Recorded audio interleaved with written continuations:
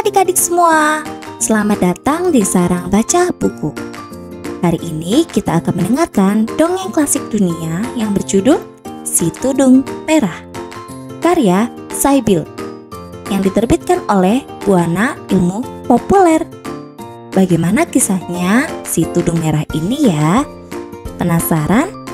Yuk kita dengarkan ceritanya bersama-sama. Alkisah, hiduplah seorang gadis di sebuah desa kecil. Gadis itu sangat baik hati. Oleh karena itu, neneknya yang hidup sendirian di pinggir hutan sangat menyayanginya dan sering memberinya hadiah. Sang nenek memberikan hadiah berupa jubah bertudung merah kepada gadis itu. Melihat kecantikan gadis itu saat memakai jubah bertudung merah, penduduk desa memanggilnya Si Tudung Merah.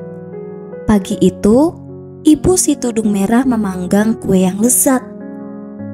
Antar kue ini ke rumah nenek ya. Dia sedang tidak enak badan, pesan ibunya. Ingat, berhati-hatilah di jalan. Aku akan mengambil jalan pintas, pikir Si Tudung Merah. Untuk mengambil jalan pintas, dia harus memasuki hutan rimba. Dia berjalan sambil bersenandung bersama burung-burung.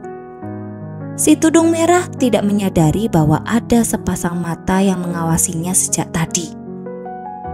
Tiba-tiba, ada sesuatu muncul dari balik pohon. Itu adalah serigala. Wah, ada gadis cantik. Hendak kemanakah kamu, anak manis? Si Tudung Merah yang belum pernah melihat serigala menjawab dengan sopan. Aku hendak pergi ke rumah nenek. Rumah nenekmu jauh, nak? Tidak kok, nenek tinggal di rumah kecil di tepi hutan, jawab Si Tudung Merah. Serigala berjalan bersama gadis mungil ini. Kemudian, dia mengambil jalan lain. Sampai jumpa. Aku sedang terburu-buru, kata serigala. Aku akan ambil jalan pintas.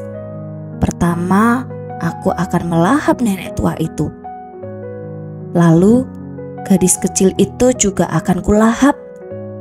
Pasti kenyang sekali, kata serigala dalam hati. Sesuai rencana, serigala tiba lebih dahulu di rumah nenek.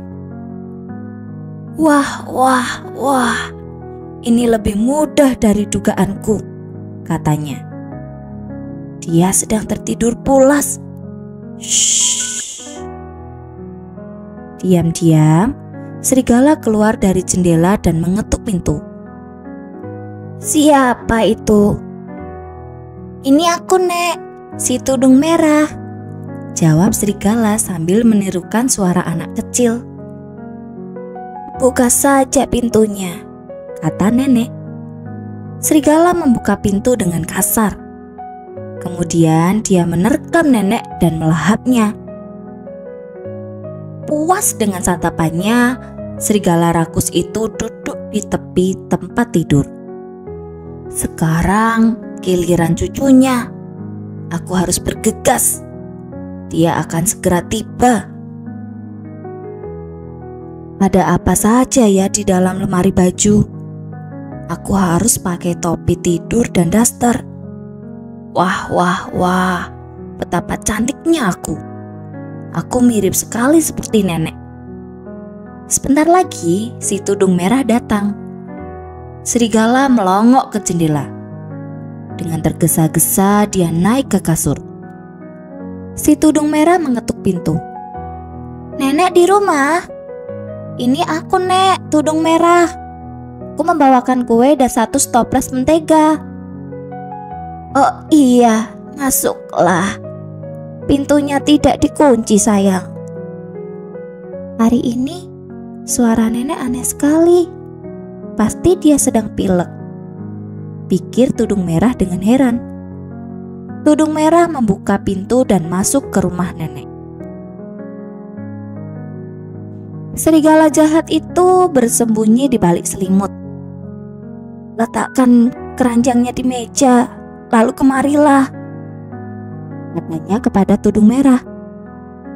"Nek, aku buatkan minuman hangat ya." Suara nenek serak sekali. "Kemari, peluk nenek dulu," desak serigala.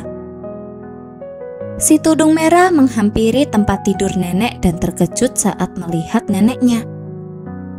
"Wah, telinga nenek besar sekali. Supaya nenek bisa mendengar suaramu, sayang. Tapi mata nenek juga besar sekali. Itu supaya nenek bisa melihatmu lebih jelas. Gigi nenek juga besar." Tudung Merah mulai gelisah. "Agar nenek bisa menelanmu dengan lahap." Saat itu juga serigala berbalik, menyerang si Tudung Merah dan melahapnya bulat-bulat.